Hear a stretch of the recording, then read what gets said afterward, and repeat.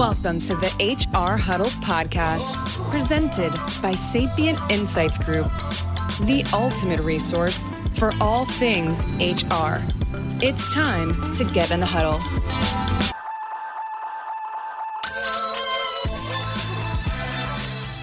Welcome back to the HR Huddle. I'm your host, Terry Zipper, CEO and Managing Partner at Sapient Insights Group. We are back for another exciting episode of HR We Have a Problem. This is the show where we break down the big and most relevant issues of the day, and we help you make sense of what they mean and how they can impact you and your organization and help you figure out what to do about them. Joining me today is Joe Almodovar. Joe has 30 plus years of experience in HR and finance operations and systems, and is just a very knowledgeable partner in this space for us. Welcome, Joe. Thanks, Terry. Appreciate the introduction and excited to be here. Great. Well, I think we're ready to get into the huddle. So it's that time of year, new goals and objectives for the new year, new budgets, and you maybe didn't get that technology you wanted for Christmas. If you got in on the great year-end deals that vendors often give you to sign a contract by December 31st, good for you. If you didn't, or you haven't even started looking yet, you have some work to do, and we've got some information for you today. Our topic is vendor selection. So we're really excited to talk about this. Joe and I have spent a fair bit of time on and off of this topic over the last couple of years. And if you look at our annual HR system survey, or the finance survey for that matter, you'll find there's a lot of good information in there about the vendors out there in the space. And one of the things that we found interesting this year was that there was going to be a fairly significant amount of turnover in some systems, particularly payroll and time management, and a fair bit of spending in general. I think a lot of organizations are looking to increase their spending. More than 50% were looking to increase spending this year. So this often means doing a vendor selection, which can be a pretty big job. If you really want to ensure you find the best solution for your firm, there's a lot of work to do. And what we found is if it worked at a previous company, it may not necessarily work here. So you still got to do the work. If you haven't done a vendor selection of late or ever, let's talk it through, because there are some key steps in the process that I think you want to make sure you don't skip. So where do I even start, Joe? Why don't we just talk about, for a few minutes, what are the fundamentals, right? What are the 4 or 5 things I need to make sure that I plan to do in this process? Yeah, that's a really good question. For me, and probably for a lot of people, the first time you hear, hey, we're going to put you in charge of a vendor selection, you're like, oh my God, what is that? I've heard about it. I've never had to do one. And it's kind of a scary proposition. But, if you put some good process and thought behind it, it can go fairly well. And one of the things that I always like to tell folks is that the actual vendor selection is one step of many in a bigger process, right? So the actual vendor selection, there's 10 or 15 major steps you take in all of this, starting from developing, what's the business case, what problem are we trying to solve, to actually signing the contract. And in between there's multiple steps, and one of them is the actual selection. So I think the first thing you need to realize is that, hey, it is a bigger process, and I need to make sure I'm thinking this process through. So that's probably the first thing that comes to mind when we talk about this topic, and at least for me. And then getting ready, right? Ready to do the work. Like, what are the pieces that I need to put in place and start thinking about so that I can make sure I do this right? Yeah, absolutely. And so, starting from, what problem is it that we're trying to solve, and then, building a business case around that.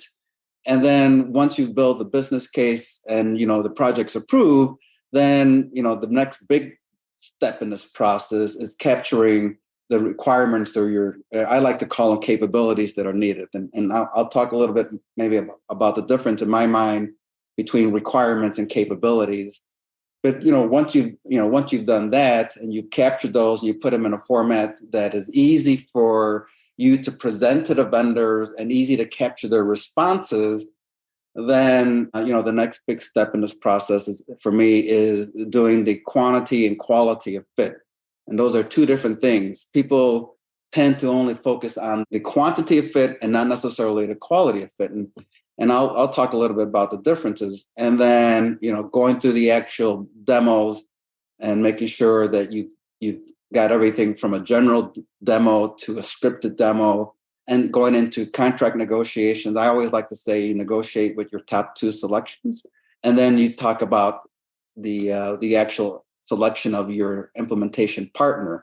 And that requires as much rigor, in some ways, even more rigor than the entire selection process, because your implementation partner will really make you or break you. A lot of people talk about failed implementations, and I would argue that probably 80% of those, maybe even higher, 85% of those are not the software, but your implementation partner.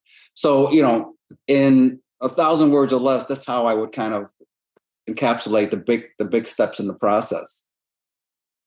So you raise a good point about the problem that you're trying to solve. And I think that's a very key element of this process, because a lot of times people say, well, we just need to go buy a system, right? That's the problem we're trying to solve. We got to buy a system. But there's clearly a bigger problem that the organization is trying to solve. And without writing that down and keeping that as sort of a guiding principle, I think that's why people oftentimes get lost in this vendor selection process and don't end up at the end of the day with the right solution. Would you agree? Yeah, absolutely. I mean, when you don't define the problem or problems you're trying to solve, then I think you run the risk of just doing a lift and shift, right? I've taken the exact system I have today, and all I've done is put it in a brand new system that I'm probably paying more maintenance for versus my old problem, and I really haven't solved the problem. For example, one of the questions I always ask when you sit down with a client is this is this a technology-led event, or is this a transformation that's going to be supported by technology? And so, I always argue that if you're going to implement a new ERP, HCM, whatever the system is, this should be the opportunity to go ahead and take a look at your overall processes and make this part of a transformation than just a simple technology implementation. Yeah, I agree. I mean, and when we've gone in and helped organizations sometimes look at new systems, oftentimes we find that the system they have can support what they're asking. They just didn't get implemented properly. So I think that comes back to maybe some of your advice or guidance around the capabilities versus requirements. I like that distinction. And I think it's important for people to really think through those pieces. Talk a little bit about what you see as the differences between those two things and sort of what your advice would be when developing those capabilities. Yeah. So to me, that's a really important one because, when I think of requirements, that's a term that's been around forever. And when I go into an organization to help them with these implementation, they have a natural tendency to take a look at what I'm doing today. What are the processes I'm doing today? And I want to replicate those processes. And I try to move them off of that and really focus not on your requirements that are based on the limitations of your system technology today in the system, but tell me about the capabilities that you need, not the requirement. So, for example, if I have a recruiting system and I have an email that goes over here to this department, and then it flows here, and then it needs to flow into this particular system. That's what you do today. That's a requirement if you want to replicate. But I'm more interested in what's the capability. What is it that you're trying to achieve? Well, I need the system to automatically update the personnel records or my payroll records when I do that. Okay, that's a capability. And that's what we're going to focus in on, not necessarily replicating what you do today, i.e. the requirement, but the capability And I find that to be more forward looking, and it doesn't pin me down and box me into what I'm doing today. Because people, especially people who've only been on that particular system, that's all they know. And that's all they can think about. And so they just, you run the risk again of just simply lifting and shifting that and replicating that, when you can look at the capability of the newer systems and all the things in addition to that it can bring. So that's how I kind of just separate requirement versus capability. One's kind of more forward looking versus one is kind of taking a look at what I'm doing today, in my mind. Yeah, I like that. I think that makes the case for why, when you're putting together a team to work on this kind of project, how important the diversity of that team is in terms of, are they people that use the tool versus consume the output from it, or are they people in a department, or where are they in the organization, and how will they utilize what we're trying to do? Because they're going to come at this with from different aspects and with different needs and capabilities. Yeah, and I remember I was putting in a global finance system and working with the director of accounting, and we were trying to understand what is it that needed or capabilities, and she was so fearful of a new system because she said, well, the system has to do this and this. Well, and she couldn't get past what the current 30-year-old homegrown system could do.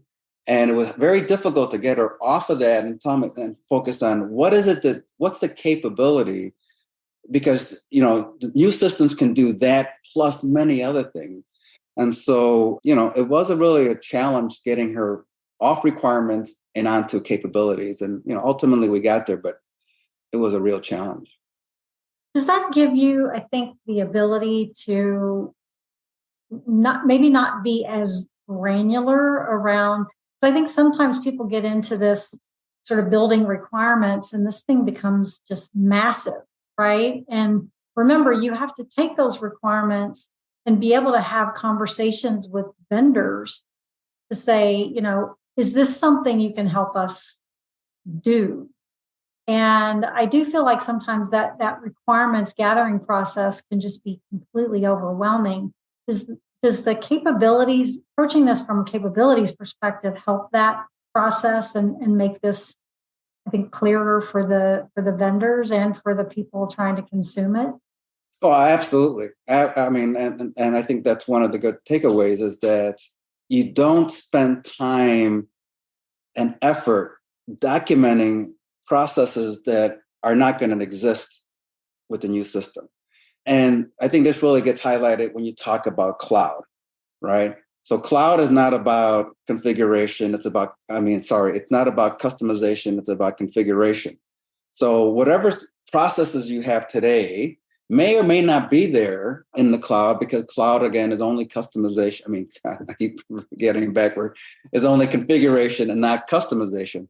So if you spend all this time documenting your existing processes that are basically going away, then you've wasted a lot of time, not only for the client, but for yourself. And it's not going to make sense it'll be difficult to make sense and have those conversations with the vendor who is only now talking about configuration and not customization. So I like to just say, that's great. That's what you do today. If you're telling me, hey, I don't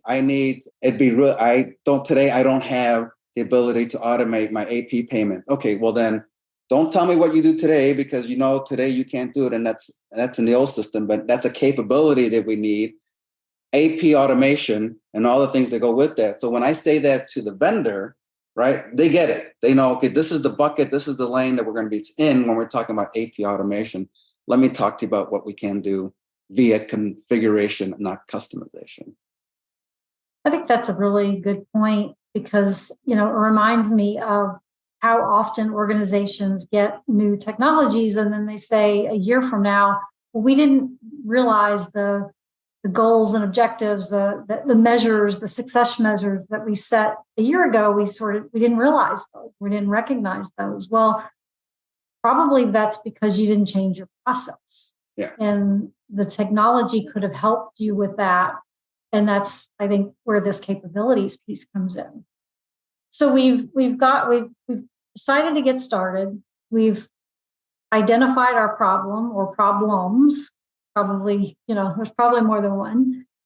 We've started to put together our capabilities, got a pretty good list of that. I think the next thing we're going to do is start talking to vendors, right, about what we've put together and get their input on whether these are things they can help us with and start to understand what their capabilities are from a technology perspective. Would you agree? Yeah, no, absolutely. Like at this point in my mind, it's like, okay, we've captured these capabilities. We know what we need. We know the problem we're trying to solve. Now I need to figure out who are the vendors that I should start considering here. Now, if you haven't done a vendor selection in the particular space ever, or it's been years, then you really don't need to go out. You need to go out and figure out in the market who are the players that are in the space. And so when I came to that point, I would always do my research and I would take a look at who's out there that I can do research. Gartner, the Sapient annual report was another big one I would use. Forrester, my peers, I would attend the annual conferences every year just to keep current on who was out there. So that's where I would start and kind of come up with my RFI list, right? Who am I going to send an RFI to regarding this particular project and the things we need? And so maybe that list is 10, 12, 15, and I based on the research that I was able to do, and then I put that list out, send it out, and based on what comes back to me, then I narrowed it down to maybe 6, 7 that I send an RFP to. And, that's where that's my starting point in terms of, going from capabilities and problem trying to solve to who am I going to bring in to help me solve these problems. Yeah. And that alone can be a daunting task, right? Sometimes you need to look for some assistance with that because that's just, there's so many vendors out there, and trying to figure out which ones really do the things that you want them to do. I think one of the questions people ask is, how do I separate the real from the vaporware, right? And maybe it's not really vaporware, but they've sort of presented this set of capabilities that maybe aren't quite what you would expect to get. I'll give you an example. I personally am using a technology that I selected because I thought that they would support integrating some things between our time management system and our payroll system. And they specifically said that they did have integration. But what I didn't do was go down another level and say, well, what exactly it integrates? Like, what are the components of that integration? Because at the end of the day, they didn't integrate the pieces that I needed, right? They had some surface level capability that had a connection that maybe created a link or a client name or a username or whatever, but that was about it, right? So you start looking at these vendors, you really have to go down below the surface, say, okay, are they really doing the things that their website says they do? Yeah. Oh my God, vaporware. Yeah, I can tell you some horror stories about vaporware that I learned the hard way. Some lessons I learned the hard way. But I think you raise a really good point. For me, like some of the ways to help defend yourself against things of that nature is it goes back to a couple of things. Number one is when I put out the capabilities list to the vendors, number one, I put it out in writing and I request their answers in writing. So I have formally documented what they've said they couldn't and couldn't do, so that if down the road I run into an issue, I said, based on your response, you said you could do that. And I'll give you an example. That happened to me years ago with a recruiting solution. And once we implemented it, the sales team was totally disconnected from the implementation teams in terms of real capabilities. And so we started to do the implementation. There were some things that they said they could do and they couldn't. And so I pulled out the documentation. And I said, you said you could do this. You cannot. So you need to make the changes to it. And by the way, I'm not paying for those changes. And so what ended up happening was exactly that. I held their feet to the fire. They made the changes. It took a little while, of course, but the changes were made, and I didn't pay for them because I had documented their responses in writing, right? So if I put out a capability, whatever that capability is, then they respond and said I could do it. And so now that gets to my next point, which is quantity versus quality of fit. And so I put out you put out the capability and you get the response in writing. So there's two things you have to consider. Number one is if I have 10 requirements, as an example, or capabilities that I need, how many of those capabilities does the vendor meet? So let's say the vendor says, I can meet 8 of those 10 capabilities. That's just a quantity of fit. What that doesn't tell me is the quality of fit. And so what I mean by that is if I have 10 requirements or capabilities that I need, how many of those are nice to have, must have, should have? And so I rate those. I never share this with the vendor, by the way. I never tell them what it is, whether it's a must have, nice to have. And so when the vendor comes back and gives me out of those 8 out of 10 and says, well, out of those 8 out of 10 capabilities that I can meet, they only address 2 out of my 4 must-haves. And so now that's a quality of fit. And so that tells me, well, only half of my must-haves are being met. Yes, I can get 8 out of 10 capabilities, but only half of my requirements. So that's a quality of fit. And then the last thing that I do to help identify capability, in terms of vaporware versus real, is scripted demos. So my first piece would be, hey, I just do a demo, kind of get a general feel for what are the things that they say they can do best based on their RFI. Then when I'm very serious about selecting them for as a finalist, then I ask them to do a scripted demo. And so the scripted demo says, hey, I have these 15, 20, whatever number it is, critical business processes that I must see you demonstrate to me. And if you need a data set, I will provide a mass data set, but I need these apps demonstrated to me so that I can actually see them in your system. So between, the quantity and quality fit in terms of capabilities and the scripted demo, which forces them to demonstrate in real time in front of everybody these capabilities that they say they have, that really kind of helps shield you a little bit from being exposed to too much to vaporware. It's a long-winded answer to your question, but I that's kind of my thought process behind that over the years. Yeah, no, I think that's some great tips. And the whole, quality versus quantity fit, I think, is key when people think about the scoring process. And you're going to want to create some type of scoring process for this exercise, right? So that everybody is approaching this from the same, you're level setting basically, right? And deciding what is going to be most important to us and what is that must have versus that nice to have. Because if you don't identify that, you'll end up with a bunch of nice to haves. Right. And by the way, just a point around that, I always like to say is identify that's your selection criteria before your RFPs goes out, because what ends up happening if you do it after, then you allow bias to be introduced, right? So all of a sudden somebody, oh, I really like this vendor. Yeah, I think these vendors must have these 5 things. And lo and behold, that vendor has those 5 things. So you identify that selection criteria before the RFP goes out, then it really helps you minimize bias. You can never really fully, I think, eliminate bias, but you can certainly minimize it by getting that criteria identified in advance. Yeah, no, I completely agree. And it's easy for that to happen. You really have to get the team organized around the process and how it is that you're going to rank things and agree on what that scoring and ranking process looks like so that you don't end up biasing things after the fact. Yeah, absolutely. Yeah. And all teams, everybody has their biases. Yeah. Yeah. You mentioned implementation.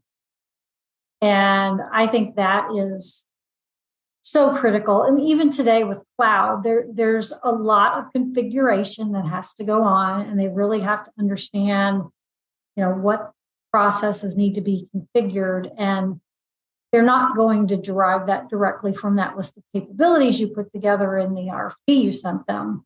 Once you've selected that vendor, they're going to want to, either get you work with you to get an implementation partner if they don't implement themselves, right? And I think we're kind of moving to this place where most of the big vendors have implementation partners. Yeah. And so this becomes an exercise in and of itself to figure out who you should work with from an implementation perspective. Yeah, I agree. And I think people, there's a tendency by teams to kind of rush that or just take, hey, give me your list of implementation partners. Oh, these 3 look good, or this one looks good. And as I mentioned, in my view, most failed implementations are not because of software, but because of your implementation partner. So you really should have, much like you put together a selection process for the actual software, you should have a selection process for the actual implementation partner. And you should identify the criteria in advance. You should screen them. One of the things, for example, that I like to tell folks to do is, if you have an implementation partner, one of your finalists, they must identify their workstream leaders. And then I get references from other clients on those workstream leaders.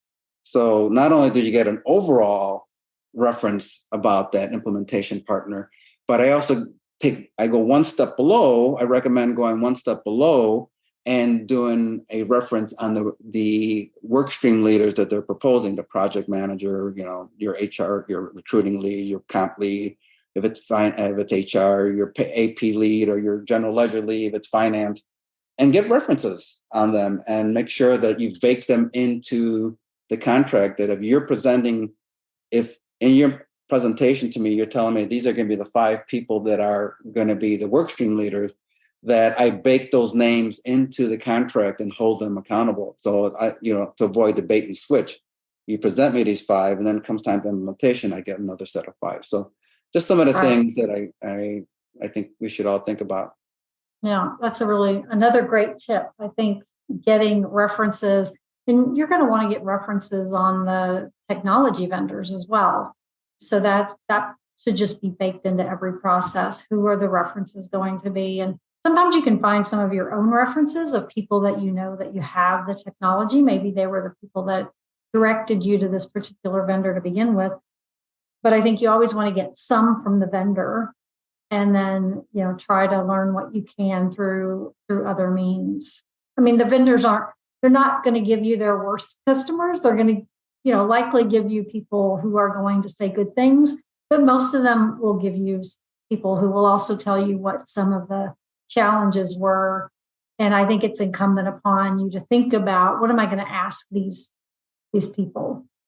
I want to ask them about, what went really well, but also what went really poorly, and what might you do differently if you were to do this again, because that's really going to be where some of those things start to come out about the things that maybe weren't as clean as they presented them.